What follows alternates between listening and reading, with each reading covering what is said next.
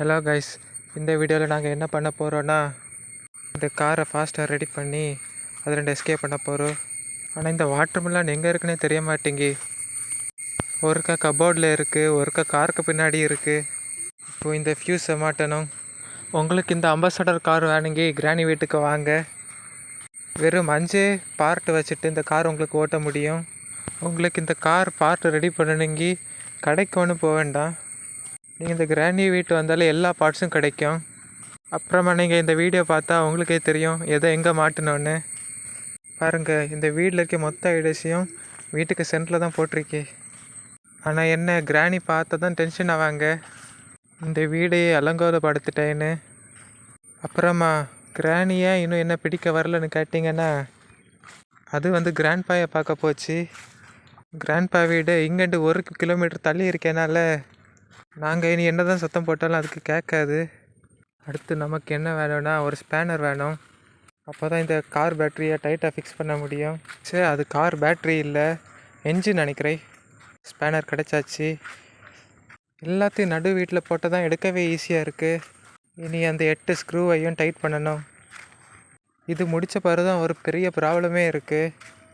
அது என்னென்னா, car battery under கிரவுண்டில் இருக்குது. அந்த அண்டர் கிரவுண்டில் தான் கிராணிக்கு பொண்ணு இருக்குது. கிராணி கூட ஈஸியாக தப்பிக்கலாம், ஆனால் அந்த கிராணி பொண்ணு கூட தப்பிக்கவே முடியாது.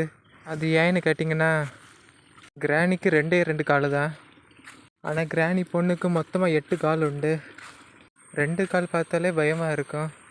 இதில் வேறு 8 கால் பார்த்தா சொல்ல வேணும். இதை பார்த்தீங்களா, இவ தான் அந்த பொண்ணு. அந்த கார் பேட்ரி மட்டும் எப்படியோ எடுத்தீங்கன்னா ஈஸியாக இருக்கும் முடிக்கக்கு. இதுக்கிட்ட தப்பிக்க ஒரே ஒரு வழி தான் இருக்குது. அதாவது நீங்கள் என்ன பண்ணணுன்னா, உங்கள் ஃபோன் வால்யூமை ஃபுல்லாக வைக்கணும்.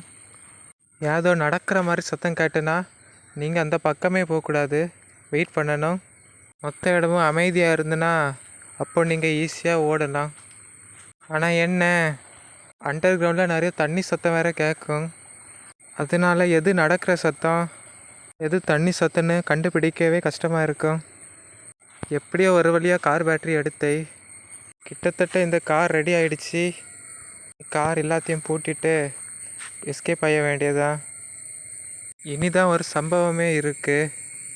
பாருங்கள், இந்த காரே பார்ட்டாக விழுது. இந்த கார் வச்சு தான் நாங்கள் என்ன பண்ண போகிறோன்னா, காருக்கு முன்ன ஒரு இரும்பு கதவு இருக்குது.